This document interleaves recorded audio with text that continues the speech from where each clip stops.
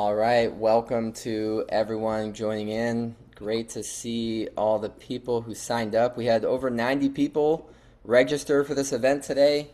As you can see, this is a Zoom meeting, not a Zoom webinar. Great to see also the AI bots coming in that also boost our numbers here. So thank you all your Read AI note takers. Those are good. If you're here, feel free to fire up the chat on who you are, what organization you're with, and where you are calling from today, or where you're tuning in from today. As you can see, this is a Zoom meeting, so you have the ability to have your camera on as well as your audio on. So we ask that when you are not towards the end of the call, there we are. See, I see someone's already made some noise, which is okay. But we ask towards the end if you can, wait till the end till you kind of actually start talking or use your audio. But feel free to have your video on. This is really meant to be a two-way dialogue conversation.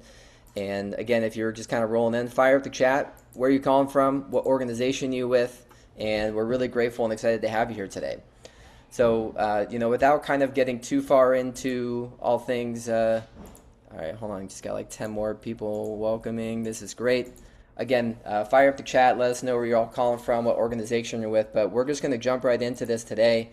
And again, that's usually nicer if I got a second person helping here with producing, but show goes on. But yeah, again, fire up the chat. Let us know where you're from. And again, few ground rules. This is being recorded. It's a Zoom meeting. So again, be mindful of your audio. I see a few of you already making some noise, which again, wait till the end. My name is Kevin Sofin. I'm on the board of directors with the TAC Public Safety Foundation. And today we're diving into all things TAC and large events. I assume if you're here, you probably already know about TAC, and we will touch a little bit of intro TAC, a little bit of TAC talk, but for the most part, we're going to be really diving into TAC and large events. And we've got some awesome practitioners here in the room who have actually deployed TAC in some capacity at some of the biggest events in the world, from the NYC Marathon to the presidential inauguration to college football events around the world. Sorry, I got 8 more people coming in. This is great. To citywide emergency operations. These are real deployments and some of the lessons and some awesome lessons learned. And this is especially relevant with all things, I don't know, FIFA World Cup and Olympics coming up. So really relevant to kind of continue to think about how you can use TAC and build on the tech stack that you can learn from these different subject matter experts that we got here. So we're going to learn from these guys today. And again, this is part of our monthly roundtable leading up to CivTAC 2026. If you've got other ideas for roundtables, we are all ears. We're trying to do one a month that's relevant to the TAC community. So again, feel free to message me, message Corey, message whomever in the chat or Slack and say we should do an event on this. So today we're joined with Greg Boyd, Spring Hill Emergency Management Director, Corey Foy, who's president of Flight Tactics. We got Ari Rosen, who's a PhD candidate at IU, and Justin Davis, Hamilton County Sheriff's Officer, titleist. He'll tell you more about that. So we're going to do quick intros from all of them, about 1 minute, and then we're going to have about 7 to 9 minute presentations by everyone. And then after that, it's going to be open to the community for you to ask questions, fire up the chat, and fire up the chat throughout so we can get dialogue going. But quick little intros now. We'll kind of go in reverse order, I think, of how the presentations will go. So we'll do Justin, Ari, Corey, then Greg. So Justin, quick intro, and then we'll throw it to Ari, then Corey, then Greg. Hey, how's it going? My name is Justin Davis. I work for Hamilton County Sheriff's Office, and I run the countywide tax servers. Still in progress with being built every day, but I'm also the developer of Tax Portal, and I'm excited to share a little bit about that today. But some of my presentation is going to hit on our countywide county fairs. Brought in a little over 50,000 people on a 2-lane road over a 3-day period. So lots of stuff going on there. But I guess if there's one takeaway from all this, it's just the more people and the more agencies you can get on your TAC server, the more effective it's going to be at these large events. So getting people on board is kind of where I'm going to touch most of my time on. But yeah, it's just an incredible tool the more you have on it. Thanks, Justin. Ari? Hi, all. I'm Ari Rosen. I'm a PhD candidate at the Luddy School of Informatics at Indiana University. I work for IU Red Lab, and I do a lot of stuff with geospatial situational awareness, RF sensing, and just basically get to play with cool toys all day. Former paramedic. I got brought into TAC just as kind of a hobbyist, and then once I kind of dove into it and realized the full potential, it's been a pretty amazing journey. And I'll tell you guys all about running TAC at IU football, going from the worst team in the NCAA to national champions and kind of that journey. So excited to be here. Go Hoosiers. Corey? Hi, everyone. My name is Corey Foy. As Kevin mentioned, I'm the president of Flight Tactics and the managing director of TAC Public Safety. So we do a lot in the large event TAC space. My background comes from the public safety world, where we've used TAC extensively for hurricane deployments, large events, wilderness search and rescue, swiftwater rescues, those kinds of things, where we got to see both those notions of the power of TAC in large event management and knowing where your personnel are, as well as really the ability for TAC to operate in these disconnected environments and deploy that way. So super excited to be here and share some of the stuff that's coming up. I know 2026 is a busy year for everybody. So I'm glad we've got a lot of great people interested in this. Thanks. And then we're going to throw it to Corey for Greg for last intro. And then I'm going to spotlight Greg, so he'll be kind of large. He'll be large in the charge, big head there on the entire screen.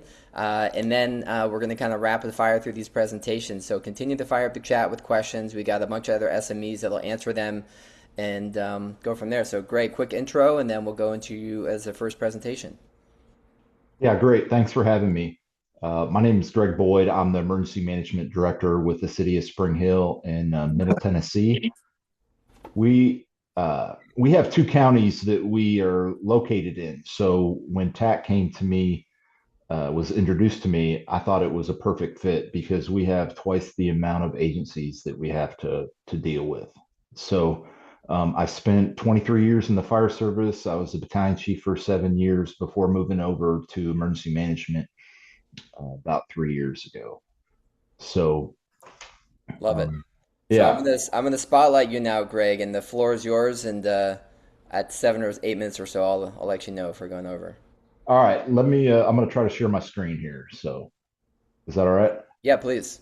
You are now spotlighted. So here we go. So, all right. So, TAC at scale. You know, I don't large. know if we weren't not seeing your screen there yet. Oh, sorry. Hold on one second. Let me escape. Let's go back to Zoom.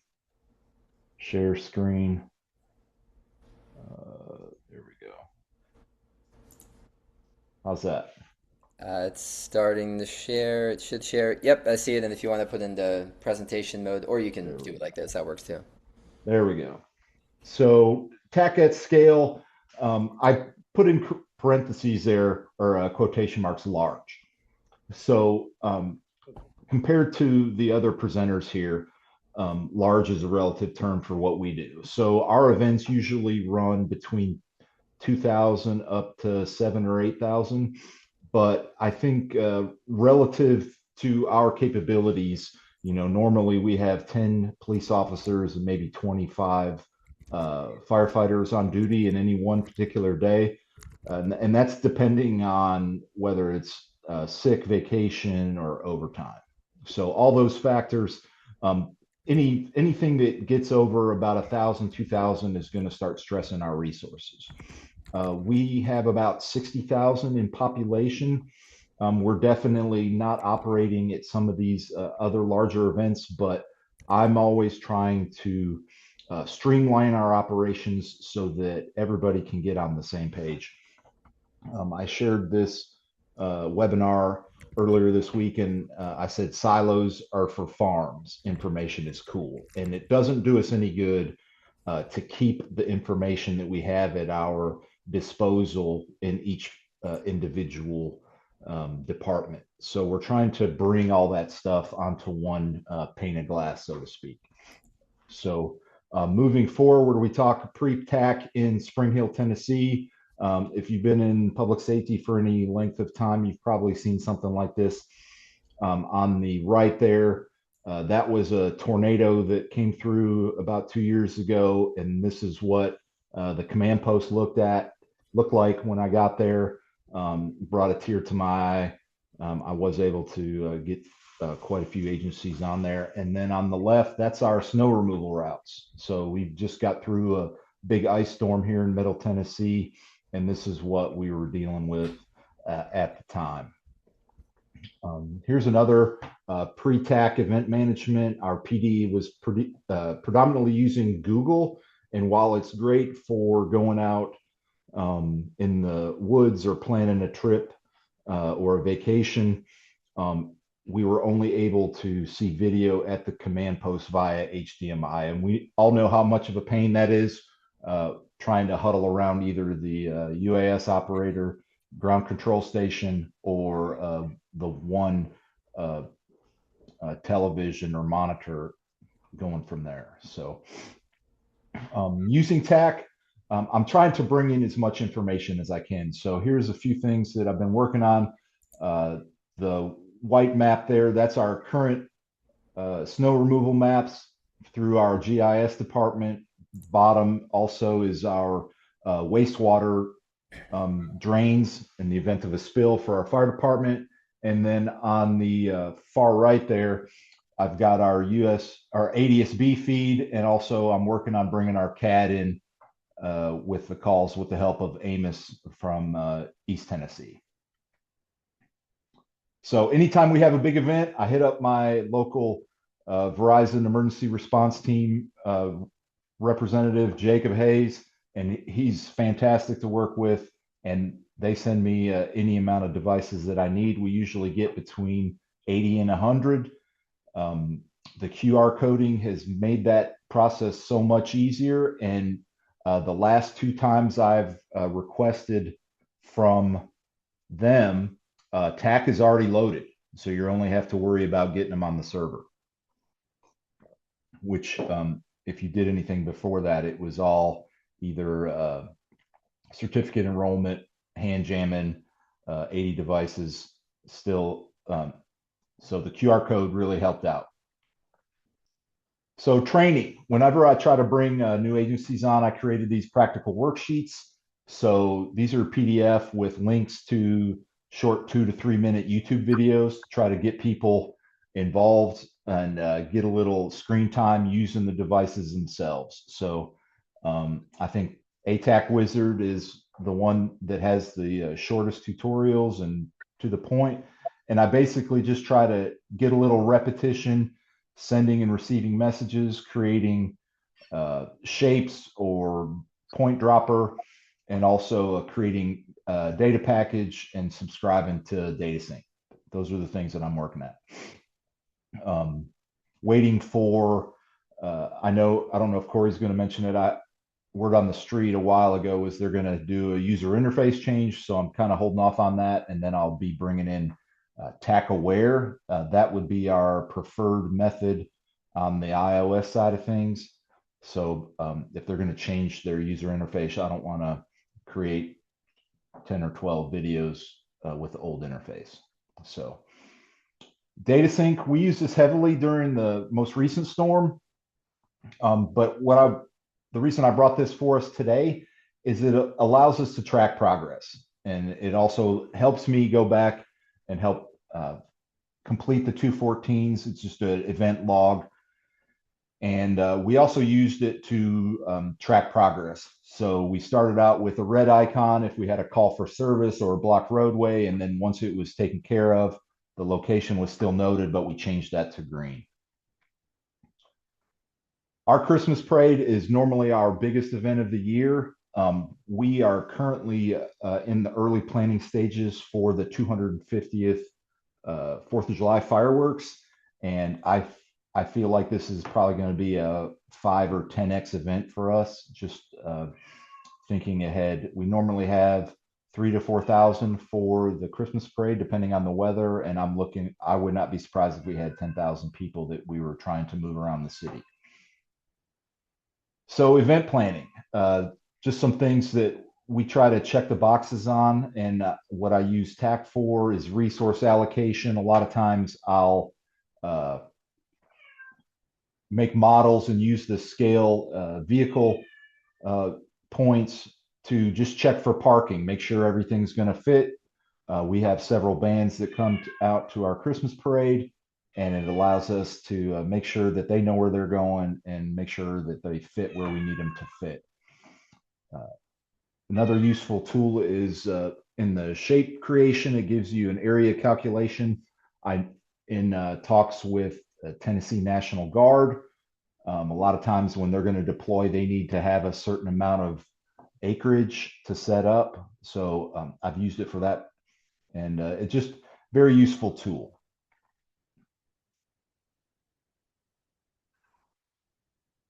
We were able to bring in UAS2 Overwatch for our Christmas parade this year. We have had a little bit of trouble with our Autel drone. They're pretty stingy with their APKs and their files to integrate into UAS tool, but the most recent stuff that TAC Product Center has put out has really amplified our capabilities. We do use it for the AR overlay so we can see our people, and just adds a lot of useful tools to the command post.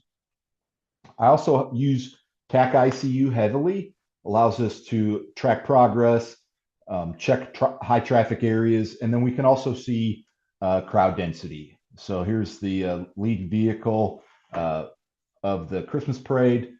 Due to the rain, it kind of altered the focus on us, but I find it very useful at the command post to see what the population is out on the parade route. And then we also use the video wall plugin. So we usually have four or five devices out there for TAC ICU, put them on a couple vehicles, and then we also bring in our UAS feeds in here. Very useful in bringing in live images to the command post. As you all know, we can also push those out to all the devices on the street. Pre-planning an event.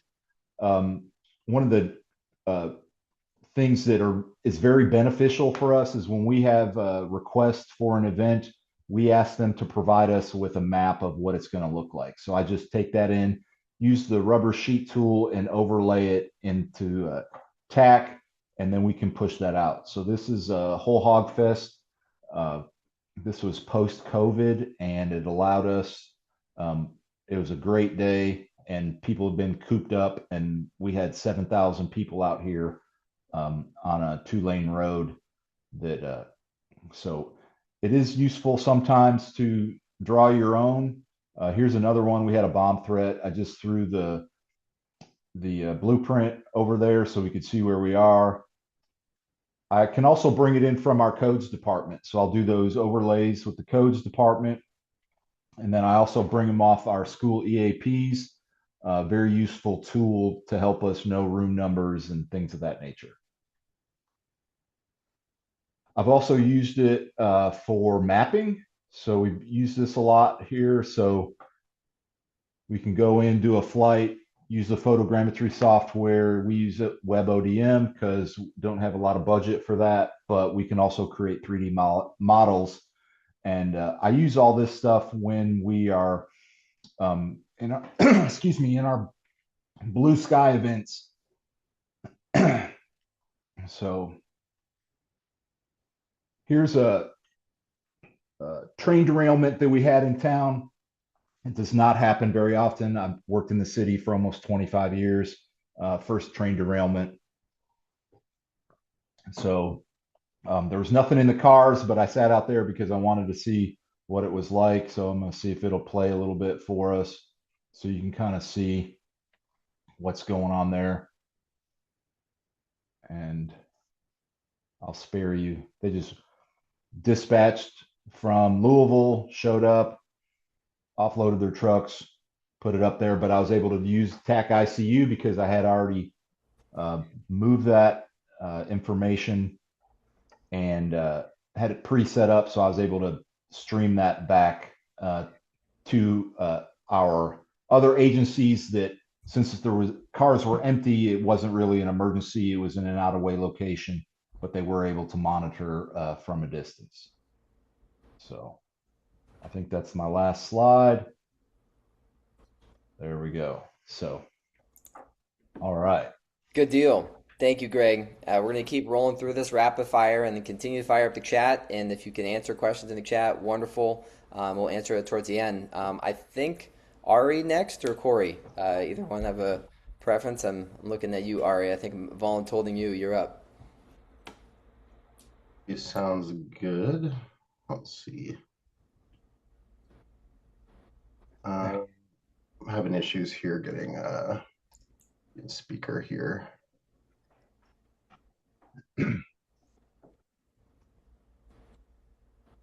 Let's see.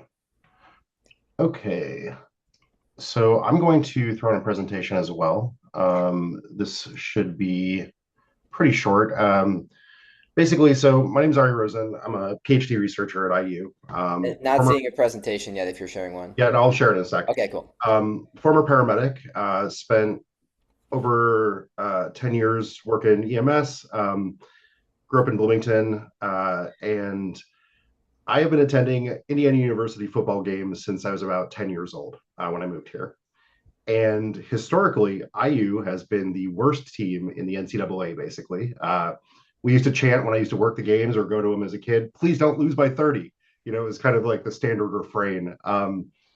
We went from that to now the national championship. And I have been basically along for the ride. So let me get this presentation here working. Okay, can you guys see it? Yep. Okay, so on the left is my former career. If you can see in the background there, you can see a bunch of empty seats. I was able to basically just slide onto the field and take this photo, working the street truck. And on the right is my current job as a researcher. So my experience with TAC really started from kind of seeing it around social media. This was before I was in school. I had retired from EMS. I was actually actively working as a professional magician. Talk to me about that later.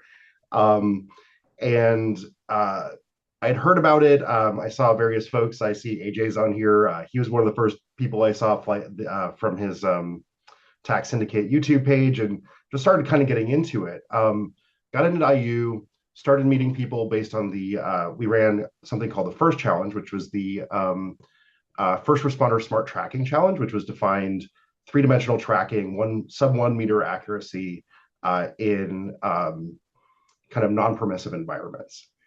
Through that, a bunch of folks were really interested in TAC, so I started hearing about it more and more.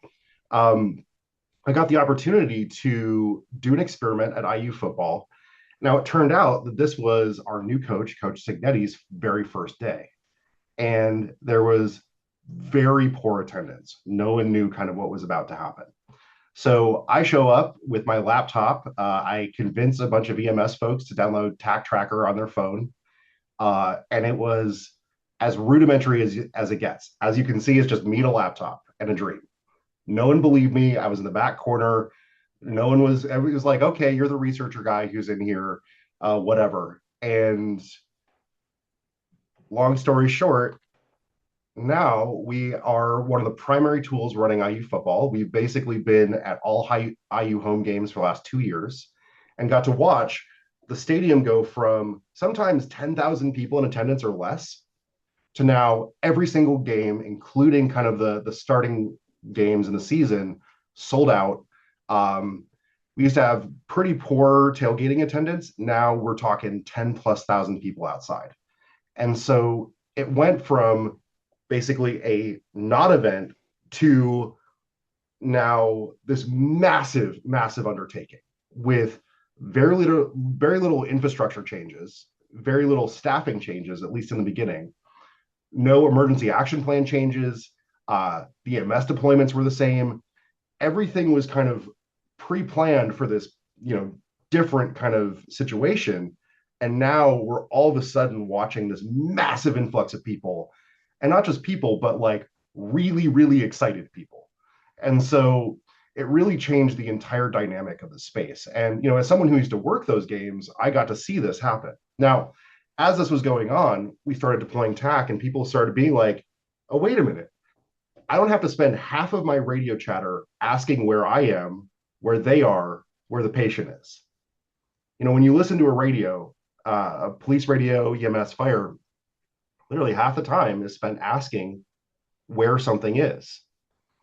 All of a sudden, when you're able to just look on your phone and say, oh, they're right there, we just saw this dramatic reduction in that cognitive load, especially on the dispatchers who weren't having to basically corral multiple different teams verbally. They could just push, a pin or something, and all of a sudden people would start deploying there without having to radio back. And it really reduced the cognitive load in a pretty dramatic and observable way.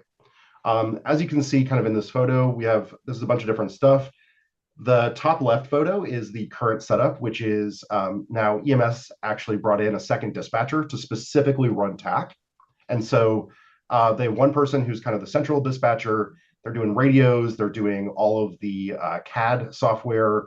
They're also interfacing with central dispatch and kind of getting fire and EMS folks there. And then we have a dispatcher who's specifically running all of the geospatial tracking stuff. We're also running ADSB and a bunch of other kind of things just to kind of be aware of what was going on. Kind of on a side there, we're also doing a project with transcribing radio traffic. And so we were able to have a live feed basically of everything going on.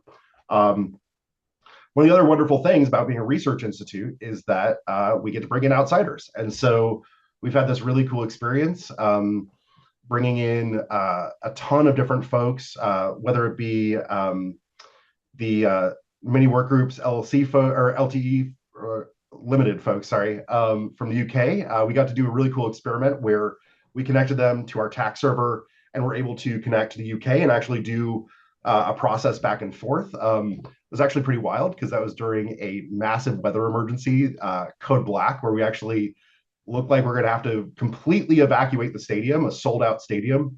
And again, those egress routes are not designed for that many people. So it was a very interesting touch and go and cool to be able to do an experiment live. We've done stuff with FirstNet. Various folks have come out from the TAC community. Ascent Integrated Tech, as you can see, the Wear TAC watches. We've been working with them for a long time. Raytheon BBN, just a whole bunch of other folks, T-Mobile, the GoTac guys. We've just actually, and Corey just sent one of my lab mates, Abby, a bunch of trackers to test. So we're continually kind of part of this process. And it's kind of amazing to be able to say, we're deploying this in real world and actually making a difference. Now we're able to, deploy dozens of devices across this entire event, from WearTAC to Sonams and Samsungs, and then folks on personal devices, tablets, etc. But then we're also able to do a lot of really cool testing and evaluation work as well. And it doesn't hurt that now going from the worst team in the country to being the national champions. So that was a really cool thing to watch.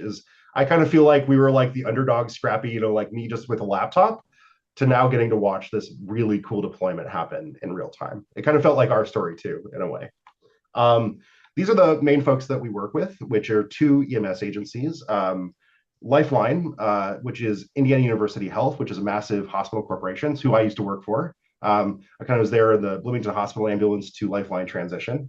And then one of my favorite partners, who I'm actually a tech advisor for, which is the Intercollegiate EMS Agency. They're a BLS non-transport, they're accredited, but is all made up of undergrads and grad students. And they are wonderful to work with because they are super game to do stuff. If I ask them like, hey, are you guys down to do a massive training where we learn TAC and then play, games like Capture the Flag using TAC? They're down. And that's actually going to be happening next week. So it's one of the cool things where I don't just get to deploy this in a real setting. We actually get to do experimental stuff, play with it, and be able to kind of come up with stuff that you wouldn't normally in a real world deployment.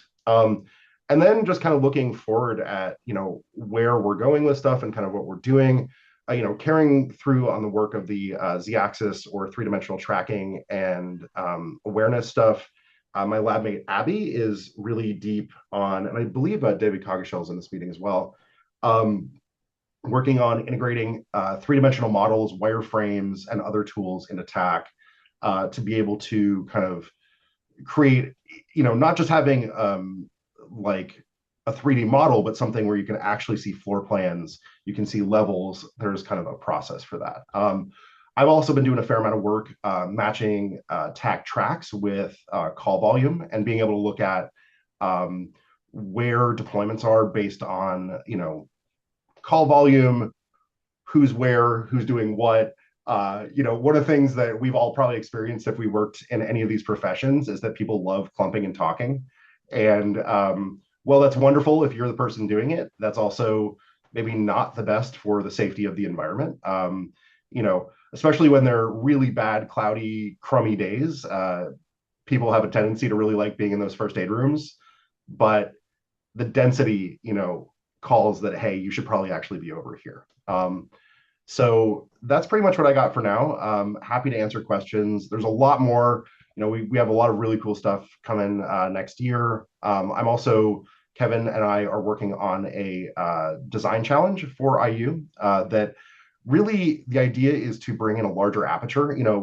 We were joking, maybe 100 people, a couple hundred people at IU could write JavaScript, even less Kotlin. But there are 50,000 students at IU who are bright, intelligent, and I'm sure a whole chunk of them have really good ideas that could help this community. So happy to talk more about that, but that's all I got for now. I'll kick it back to Kevin. Thanks, Ari. Yeah, we should talk about that a little bit at the end. I'll put the Eventbrite link, but IU is hosting this design hackathon, kind of focused on how to build on and within TAC and empowering some of the IU students, and maybe a good chance to find some interns or some job opportunities for some young, bright talent. But we're going to kind of keep rolling through here. We're going to go Corey, then Justin, and we'll have a little bit of time for Q&A at the end. But Corey, I'm going to spotlight you, and the floor is yours. Outstanding. Thank you very much. Is my screen sharing now, Kevin? Yep, I can see it. All right. It's not in like present mode. I see it's not. Okay, it's fine. good. It'll be okay. Well, you'll see some of the magic. It'll be all right. So yeah, it's good. Thanks, Kevin, for putting this together. So again, my name is Corey Foy. I'm the president and founder of Flight Tactics, as well as the managing director of a 501c3 nonprofit called TAC Public Safety. And so we've got a great board there that really works together to figure out how to bring TAC to public safety. Kind of how I got into it a little bit before we get into the events was, as I mentioned earlier, my background is on the public safety side and technology side of things, but from swiftwater and search and rescue, wilderness search and rescue, high angle rescues, those kinds of things, hurricane deployments, really working in a lot of environments where, and I saw somebody mention the chat earlier, where you don't have that cellular coverage, you don't have some of those things in the wilderness. But then also, I also have a role where I'm the top subject matter expert for the U.S. Capitol Police. So we use this NDC every day. The beautiful thing about TAC is that because it's sponsored from a government side, it really gets a lot of heavy use by not just state and local and regional agencies, but really at the federal level, and working together on a lot of things there. So the State of the Union, we use TAC across the agencies to really coordinate and work things together with them. But how I ended up into TAC, my side of it, was actually on a wilderness search where we were out. We had no cell signal, no Wi-Fi. We had radios on us, but they weren't picking up anything because we were too far in the Smoky Mountains to even have that picked up. And my team actually got cornered by a bear. And obviously we made it out okay. It was a mama bear, so it was not a good situation. And we were on the edge of a mountain, so that wasn't any better. But it immediately said there's got to be a better way of doing this. Especially when we started to look at up here in the upper right, this is what we were getting were paper maps. And over on the left, even if you did try to zoom out on like Sartopo, covering such a large area, and the number of teams, things like that, became very overwhelming as part of that. And so that kind of started our search several years ago about what the right thing out there is. And We didn't kind of do an introduction to attack. You kind of make an assumption that everybody knows what it is. But the thing that I tell people that is really unique about the TAC ecosystem is this upper left, right? TAC comes from this special forces, small teams tracking where you don't have a centralized server. Everything is decentralized. You're operating just on a mesh network or, those kinds of things. You don't have connectivity. It's really designed for that type of an environment. What's unique about how public safety uses this and the use cases you're seeing here today is that we're pulling in the tax server and this centralized management and feeding in tremendous amounts of data together to solve some really, really difficult problems and also protect all of us in our deployments and in how we do things from a public safety perspective. And honestly, I think nothing more speaks to that than in 2024, I believe this was, we had a hurricane deployment here in North Carolina. We're actually dealing with this is a large flood area, and we had a river rescue at about 9:30 at night. And the primary application that our task forces uses and things like that are Esri's SARCOP product, and that's what we were using. We tried to activate the tracker that was on there because it was raining out. The button caused it on the phone, caused it to log out of the application. We didn't have time to fiddle with it, so now we went downriver basically untracked. In our AAR and with Esri support, we talked to them about this issue, and we were told we suggest not using the application while the display is wet. And this was exactly the kind of thing I think we see so much in public safety with tools is just that misunderstanding about how we use it as, as responders. And so there's a lot when we talk about TAC from a command perspective and things like that.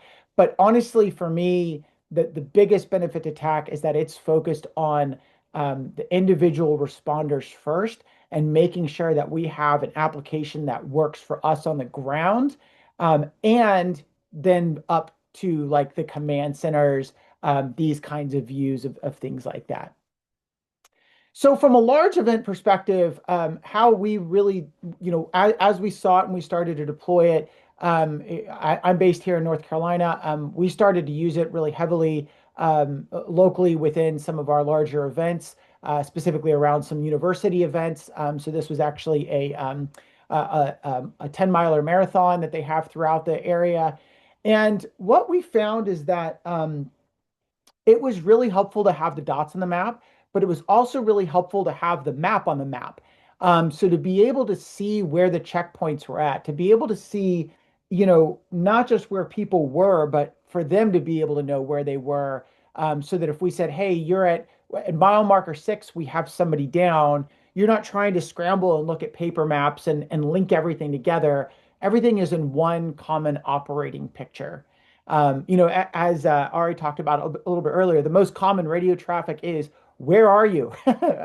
Where am I? And then figuring out those kinds of things. And we actually had that at a school shooting on the UNC campus, where officers who were responding who aren't normally on campus were trying to get students to safety. They were calling in on the radio, where do I take them to?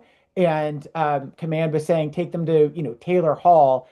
And they're like, I don't know where Taylor Hall is. And then they're going like, well, where are you at right now? Well, here's where I am. Well, here's where you go, right? Like, and when you've got the chaos of an event or a situation, and you have the chaos of radios, which we all know are chaos, and you multiply the two of them together, it is an absolute disaster. And so, really the goal here is how much can we enable people to be able to understand where they're at as part of this, putting together.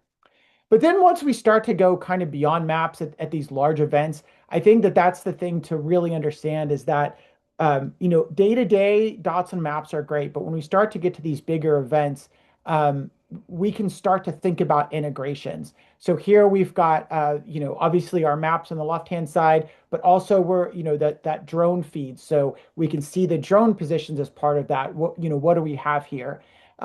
We can actually incorporate in augmented reality overlays. So here we had a collapsed runner on the course, we geo-reference that 911 call.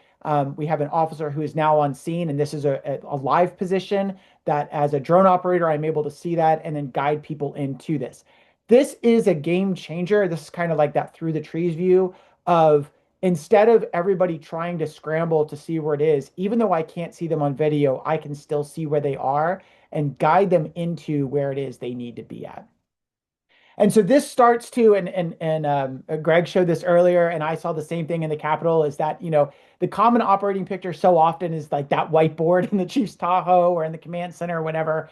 And what we're trying to do is move away from that. So instead of like this is a great view of a 60,000 person music festival that happens in Raleigh, North Carolina called Dreamville.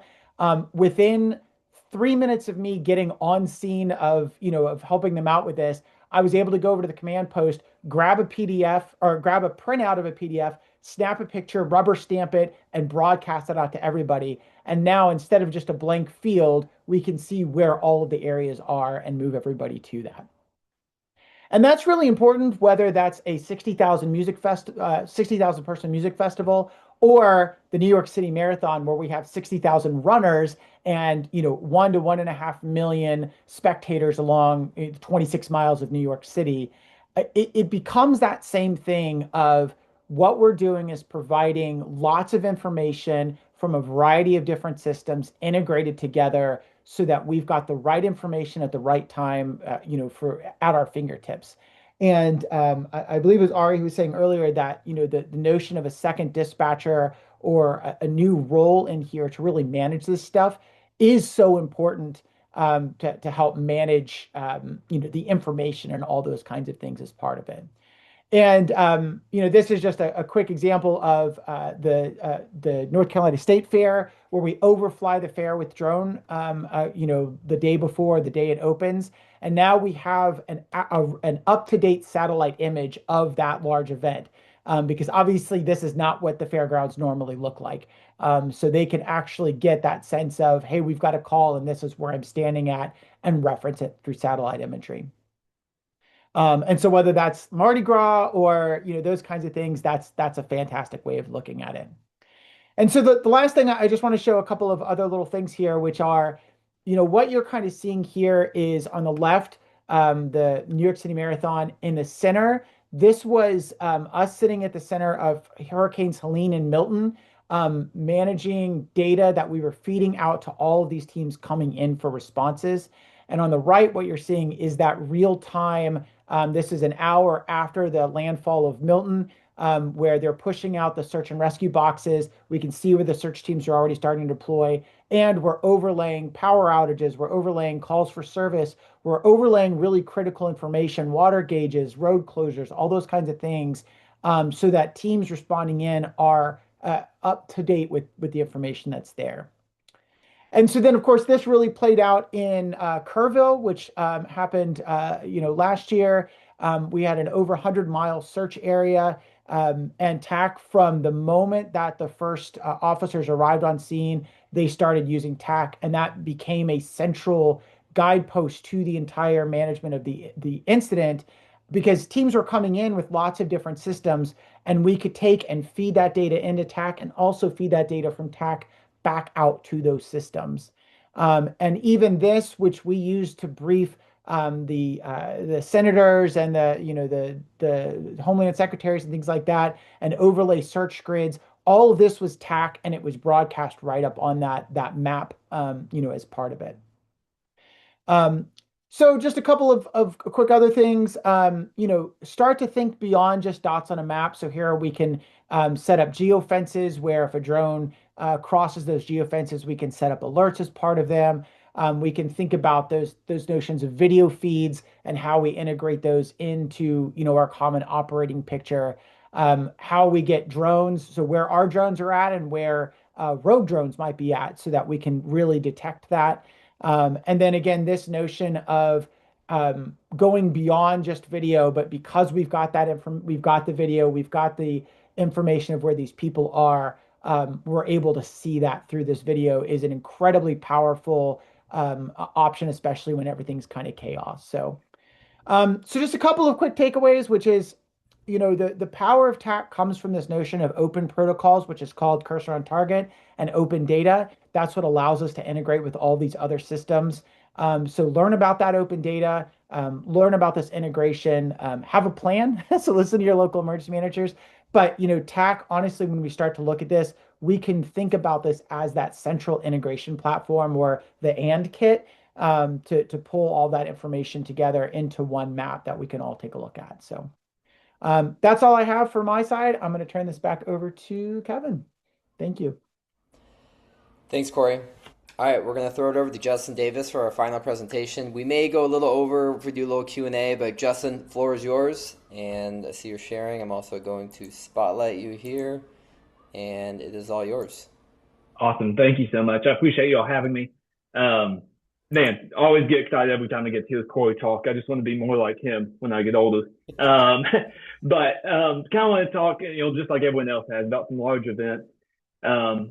Again, I'm with the Hamilton County Sheriff's Office. We're in Chattanooga, Tennessee. And this has nothing to do with my presentation, but if this sums up kind of the culmination of TAC in our area, I think this is just a great image kind of to illustrate that. A couple years ago, coming into the TAC world, I had spent the last 5 or 6 years doing cave and cliff technical rescues. Again, kind of backcountry type of stuff. And that team also had a rehab unit that went out to provide snacks and waters for local first responders on big incident scenes. And so I ended up on a scene that the sheriff's office was on before I worked for the sheriff's office. And I was used to Cal Topo, Star Topo from the search and rescue side. And I saw the entire sheriff's office, no offense to them, using Find My Friends to figure out where the other SWAT guys were in the woods. And that was painful for me being a tech guy to sit back and watch all this happen. And, they're yelling at each other over the radio. They're all in the woods trying to use Find My Friends, which is not the tool, obviously, for this job. Fast forward, obviously now I'm working for the sheriff's office. But really, we're seeing this come together in a community-wide, county-wide aspect where this was a local active shooter drill that we had recently. And so we're seeing chiefs of multiple fire departments, EMS, multiple police departments, sheriff's office. This was not a prompted picture. This was truly something that happened live. They started on that whiteboard on the left and very quickly moved over to the TV and started, making, judgments. Hey, what if we start dropping points as we clear rooms? Yeah, that's a great idea. Let's do that. Just kind of seeing them drive it and get excited has been super exciting. So on to today. I want to talk a little bit about the Hamilton County Fair. This is an event, kind of like Greg said, I don't know if I'd call this a large event, but it is for our area. It stretches our resources. So every year we host the Hamilton County Fair up on McDonald's Farm. It is the northernmost point of the county. It is the most inconvenient spot for anyone to get to, unless you're me and happens to live 15 minutes away. But with this event, not only does it span across a large portion of land, that Coulterville Road, that is the main access to it. It is a 2-lane road, and it has 2 railroad crossings on it, and one of them does not even have arms. It is purely lights and no crossing arms or anything like that. So again, just kind of logistical challenges going into it. It's a 3-day event, and they cram it full of events. So rodeo, band singing. This year we had Diamond Rio come. And it ends with fireworks. The symphony plays. There's all sorts of shows. Just utter and complete chaos. The whole event. It's nonstop, family, cool stuff. So with that, our EOC, huge thanks to them. They do lots of mapping work in advance. So this is one of the maps that they provide. And without zooming in on this, there's about 1 million things on this map. If I tried to map this in TAC, it'd get lost pretty quickly. Maybe not every deputy we have out there working the event needs to know where Connie's corn dog stand is. It's the big picture stuff that really matters. So kind of illustrated just a couple of things, but this is awesome to have in command. But they also make this map, which is incredibly useful. So they kind of break down each section of the event by sectors. And on the back end of the event planning side, they have someone responsible for all those sectors, kind of keeping that emergency management mindset of here's your section and this is your responsibility. So this is where we really start seeing, this stuff is helpful to know, if we have an elderly woman fall in Gig City, that's helpful to know which part of the map are we talking about. So this is where, again, taking that mapping and starting to translate that into attack atmosphere. This was early on in the planning as things were being drawn out. I do usually rubber sheet that map as well to draw these base layers, but I didn't take a screenshot of that. But then when the day of the event actually comes, all this data starts getting just piled on top of each other. And so this is running on CloudTAC at command. And so we're bringing in, kind of like everyone else was saying, not only are we bringing in the skittles from each of our deputies, but we're also seeing our CAD units on here. We've got drones that fly the event, also checking perimeters. This is an active railroad track right there. They do slow the trains down for the event. However, that is still a risk that we have to keep into account of, people wandering over that way. So this greatly helps command, but not only does it help command, this exact image gets shared on ATAC with all of our Android people. So again, pretty much the exact same visibility and viewpoint, and the exact same thing coming into TAC-aware. I forgot to take landscape screenshots, so this is the best I could do for today. But in all this, what we really found is beneficial is just being able to get this base level of knowledge out to every unit that we have working the event. For this, we pull not only our full-time deputies, but we pull reserves. We pull all sorts of people that usually don't work with the sheriff's office on a day-to-day basis. There's a lot of them that may even be uncomfortable changing channels on the radio. It's one of those things, hey, give it to me, and you give it back sort of deal. So having TAC to kind of give this base level knowledge of this layout and where resources are is just invaluable. Command is always run from a far off place on the edge of the property inside this bus straight from the 90s. The interior is pretty much still original, except for those two TVs in there. But all that to say, that environment is incredibly isolating as someone that's in command. So being in there and having CloudTAC up on that TV, kind of there on the right, is just invaluable. We also have a couple of cameras throughout the property. But really, we're looking at, that Saturday night is the largest attended time of the event. It's 50,000 spread out across 3 days, but the 30,000 of that is on that Saturday night. And again, with a 2-lane road with railroad crossings and in the middle of nowhere, just a couple more images kind of from that night this year. So just, TAC really enables, you kind of see the footprint a little bit better in this image. This spans a large area that, radios do some of the justice, but they don't do it all. So TAC is, again, just really just an invaluable tool for an event like this for us. So from that, I always have takeaways after these events. So again, having that base level knowledge is incredible, but also onboarding people using QR codes at the command post has been the lifesaver of everything. There's no way I could type in credentials on every person's phone, so having that QR code. And then also just running CloudTAC, having that available to our dispatchers in their truck, EOC in their vehicle, sheriff's office in ours, just really bridges that gap. And a few areas where we can certainly grow is right now, this event, only the sheriff's office is on this server. That's about to change in our county. But also, looking outside of just the public safety perspective, could we get data from the trains, coming into, there was an incident this year with lots of people, it rained one night. So tow trucks, we had a couple of full-time tow trucks that were dedicated to that event. So what if we put some trackers on those? Thinking just more than just public safety. And I know I'm running a little bit long on time, so I'm going to try and be quick. No, you got time. You're good. Cool. one of the things I'm most excited about, though, for onboarding people is a system that I've designed and developed over the last couple of months called TAC Portal. I firmly believe that the built-in TAC user management is not where it needs to be for public safety. It certainly has a lot of flaws, and it was certainly a hurdle that I kept finding myself, having to get across and how to just approach differently. So TAC Portal was kind of born out of that. And so TAC Portal always begins, unless it's a special event, it always begins with an email.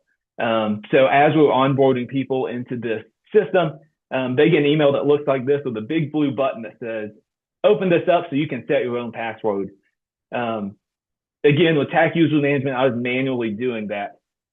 So with my agency, they all get to a login page. It uses Authentic as the backend running an LDAP server.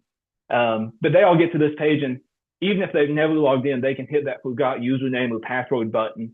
And that brings them to a flow where they can go ahead and set their own password. It sends them another email to verify their address.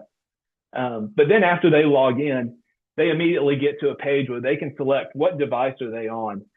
It gives links to take them straight to the App Store and get whatever app it is that they need for their device, as well as scan a QR code or do manual certificate enrollment. Both of those options are readily available. If they hit QR code, they get short list of instructions on how to onboard their device. I'm covering that up because that is actually a live QR code. But they get instructions on how to exactly do that. So quick overview on TAC Portal. It's designed to be a full user management system. So not just the user, but also the agency as a whole. So you can set up multiple agencies within TAC Portal. So right now we only have 3 kind of on our system, but as MOUs continue to get put out and signed, this is going to start growing pretty quickly. We've got over 20 agencies just in our county alone, and I'm sure that's still leaving a couple out. So from there, you can create channels or groups in TAC. Again, everything is kind of based around, it's either an agency specific group, it's a county specific group, it's a global group that applies to everybody. And so lots and lots of power here, really just to make it, the most approachable for public safety agencies. Not only is this just for main top level admins, but you can also delegate this down. So there's a agency admin level below the global, and that allows individual agencies to manage their own people without having access to the full TAC servers. So with that, lots of ways you can create users within here. Create from CSV is a tool that I use nonstop. Every time I onboard a group of 2 or more people, I'm using a CSV to just pull the last name, first name, username. And then the most important, in my opinion, is this template. So I'm not going through on every user and selecting what channels they're getting. I'm saying, okay, you work patrol through the sheriff's office, you're going to get the patrol template and get access to all these things that everyone else has in patrol. When they go to narcotics or SWAT or whatever the case is, I just have to update what template they have, and that adds all the channels that I've kind of pre-selected for each of those levels. You can also manually select. So if we edit a user, and we can go in there and add additional access, take away access on specific channels if we don't want to do that around the template. Again, we can also mimic them. So sometimes I'll have a lieutenant come up to me and say, hey, I need to get on TAC right now. I don't have time to sign in. No worries. I just hit that QR code button, and now he has a QR code that's valid for 15 minutes. Once that 15 minutes expires, that token goes away, and you'll have to re-up for another QR code if he wants to re-enroll another device outside of that window. This kind of templates page. So again, selecting and making those templates is incredibly helpful. So I encourage everybody to do this that uses TAC Portal. It takes all the thought out of it. And then the really big tool for large events is a section in TAC Portal called Mutual Aid. This is where you can either use existing channels to create a single user to just do a mass deployment, or you can create a new channel and select who you want to add that to. So if you did create a new channel, you can mass assign that out to agencies, or if someone has an existing group, you can go through and find, if it's city narcotics and sheriff's office narcotics working together, I can select if they have either of those groups, they now get this new channel called city and sheriff's office narcotics, shared or joint, whatever it is for that special event that we're working. Not only do you have just the standard QR code, really big power here is in download packets. I actually keep this in a binder in my vehicle. And this just gives you a quick way in the field at the command post to onboard users. So page with the download app steps, as well as a way just to get them onboarded using that single user that's created for that event. Pages 3 and 4 of that packet also, kind of describe out whatever your color schema is for that, for your TAC server. And this is fully customizable within the UI. And finally, you can also email this packet out. So I have all of our lieutenants and captains on board to where they know if something pops off around our county, that if they give me a call, say, hey, get on over here, they know that I'm going to be sending them an email with this packet in it before I even get on scene, just so that they can go ahead and start getting this pushed out to other agencies and other people arriving on scene. So if you want to learn more about it, oh, sorry, I forgot about this too. AJ has just created a cool thing called InfoTac. I don't want to steal his thunders, but it's a super easy way to get TAC server, TAC portal, Authentic, Node-RED, MediaMTX, all sorts of other services up and going with just a couple of clicks. So this is the preferred way of putting this out, but you can also get it directly off GitHub, as well as you're more than welcome to hit me up on Slack or my email. So sorry, that was incredibly long, but lots of cool stuff with TAC portal. And hope to be able to talk about it more soon and show it off a little bit more.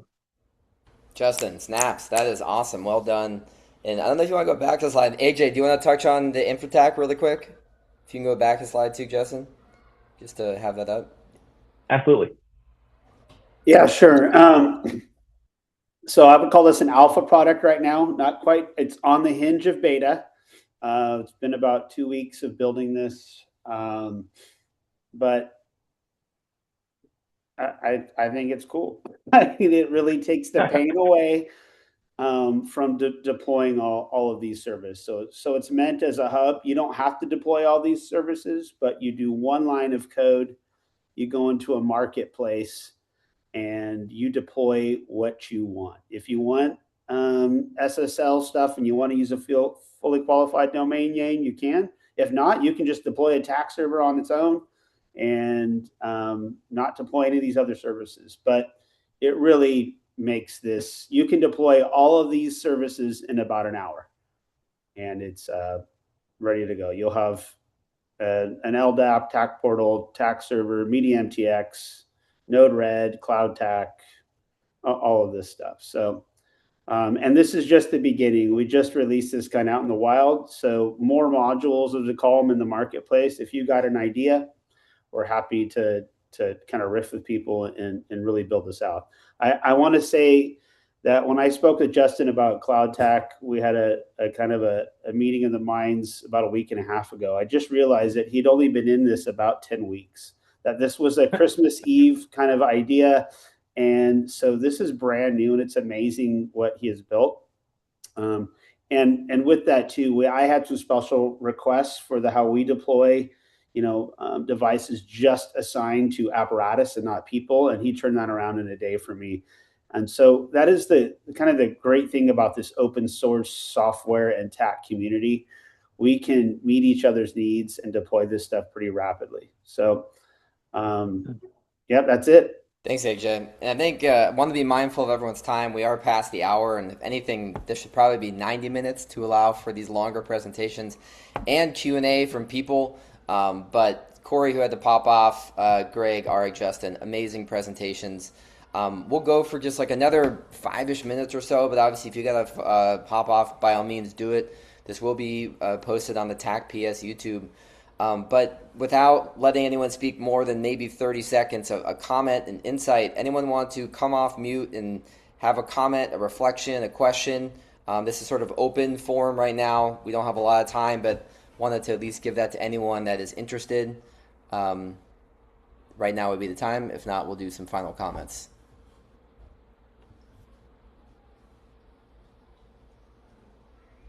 Hello, Kevin. It's David Coggeshall. Hello, David Coggeshall. I'm not really showered, so You can stay off camera if you want. okay. I just wanted to say that the Red Lab Eyesight Project's working quite hard on getting 3D stadium models ready for the World Cup. We got one ready for the Super Bowl in time. Greg Ulbrich used it, and it appeared in the after action report, so we're proud of that. But we're hoping to work with Corey and others, Charles Laird, anybody else that's interested to help with setting up a planning support package for each of the venue cities, which would include the 3D model that works on TAC, as well as some suggestions on how to mark it up as a pre-plan. Wonderful. All right, if anyone's interested in trying to work with the eyesight program and work with Dave, Dave, good way to connect with you on LinkedIn. Yeah. Or Slack. Yeah, or with Abby. Or with Abby. All right. Thank you. Thanks, Dave. Anyone else? Quick 30 seconds that you want to add? Comment, question, updates from the TAC community? Of course, fire up the TAC Slack channel, but any other final comments from the community? This is your time. I'll just throw something out there. We're doing a lot of testing and evaluation stuff. So if there are, we don't have a ton of bandwidth, but we're really open to working with folks. So if anybody has cool research ideas or things that you think would be kind of interested, if not for us, we can also pass it on to other folks kind of at IU or other kind of collegiate environments. So super happy to, kind of work on that stuff. And we'd love to deploy TAC Portal. I think that's kind of something I just texted my tech guy. So love it. Well, I see Jerome and Jacob. You guys are off camera or on camera. If you want to do a quick comment question, and then we'll kind of do final comments here. Jerome? Absolutely. So first thing, just thanks for putting this together. It's been really interesting to hear from public safety users. So just want to say really quick. So TAC is what I do here for the RCMP. So your northern neighbors, kind of federal police, contract police. So a lot of that stuff we kind of do. So definitely be interested in talking to some of you folks here to learn about your best practices and lesson learned. So if there's anyone who wants to network, definitely be interested in making the most of your knowledge and expertise. Thanks, Jerome. Are you in the TAC Slack channel? I am, yeah. Okay, good. Just making sure. Because that's the all roads lead there. And if you got questions of that, ask AJ. Thanks, Jerome. Jacob B, throwing it to you, and then we'll do final comments. I have no questions. It's interesting to see that even from the Netherlands, some things don't change. I've been at events where also 90% of all radio traffic was where are you and where is this thing I'm supposed to be going? So whether you're doing 400 people or 10,000, that doesn't really change. Couldn't be more true. All right. I see there's someone asking about TAC Slack channel. Find AJ on LinkedIn, or he'll message you. Andrew Bowen, your final comment, and then we're going to do final comments and close out here. I was just wondering if we had some more information about maybe, are there resources, or maybe it's not built yet, but the concept about having a TAC dispatcher, a dispatcher next to the dispatcher, but feeding it to TAC. Or do you think that AI could take that spot at some point and feed it right off of the actual 911 dispatcher and feed it into TAC? Would you need that second dispatcher? Just from my personal experience, having kind of gone from 1 to 2, I think, and again, this is a pretty small deployment. I think that part of having that second person is that even with AI, because we've tried to deploy AI things, that it gets really messy and really human really quickly. And so having that focused person really does matter. That's at least my experience, is that all the best AI in the world, I don't think can really replace having someone who actually understands the environment and can parse that. We always look for those swivel chair moments or those bottlenecks, and there's a ton. That's one where I think you're never going to fully replace humans. At least that's my perspective. More chatter to be had in possibly the TAC Slack channel, but just to kind of wrap us up here, Justin, Greg, Ari, AJ, any final comments, mic drop moments? We'll throw it to you, Justin, first. I don't have anything profound to say. I'm just glad. Honestly, I built this for myself, for my own agency. So I'm just glad to see that this can potentially help others. I'm excited to see use cases. So hit me up on Slack. I'm happy to help out, solve all your issues with it. That's all I have. Greg? Yeah, I appreciate you having me on. It's great building the community, and like AJ says, we're the sales force of this operation. So our best effort is just showing the capability, putting it in front of people, and then letting the product speak for itself. Ari, any other final thoughts? No, I think this is wonderful. Thanks, Kevin, for putting this on. Being able to watch TAC grow from a small thing to now running an operation and seeing the power of what that has done to the way people interact with it has been honestly profound, and something that I'm really excited with, and just in general, like I said a few minutes ago, I'm really interested in the research process of this. So if folks have kind of aspects they want to look at, or whatever that is, or things they'd like to kind of delve in deeper that maybe a agency or kind of other kind of more official body wouldn't be able to do, but a research lab can, please hit me up. I'm on LinkedIn. But this has been great. Appreciate it, guys. Thanks, Ari. And AJ, our honorary presenter and TAC lead, any other comments you got for everyone today? Yeah, for anybody that's thinking about doing this, you got to just try and figure it out. There is no Salesforce, like Greg said. We are the Salesforce. This is a community like no other. I've been doing this since 2018, and I haven't stopped because I believe in it.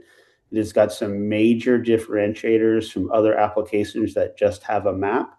It is not a silver bullet. So my comment I made about SARCOP, I have a background in GIS. It has its spot, but these are different things. Just because they share a map, these just serve kind of different things. They have some overlap, but you got to try, and you got to really understand what those differentiators are. Corey had a great explanation there with just the communications, the way that TAC clients communicate. That's just one of them. So anyway, if anybody ever needs anything, you can hit me up on LinkedIn, and happy to get them kind of up to speed. Thanks, AJ. All right, well, my final mic drop will be a quote that I'm stealing from AJ is, don't be afraid to suck at something new. That's with anything here, whether it's some of these new AI tools or particularly TAC, just start clicking buttons and smashing away, and don't be afraid to reach out to everyone here, particularly if you want to get in the TAC Slack channel. Hit up AJ on LinkedIn, and be on the lookout for more content from TAC PS on all things YouTube and across, and to Justin, AJ, Ari, Corey, and everyone else. Thank you for your time today. Stay safe. Have a great Tuesday, and we'll talk to you soon. See ya.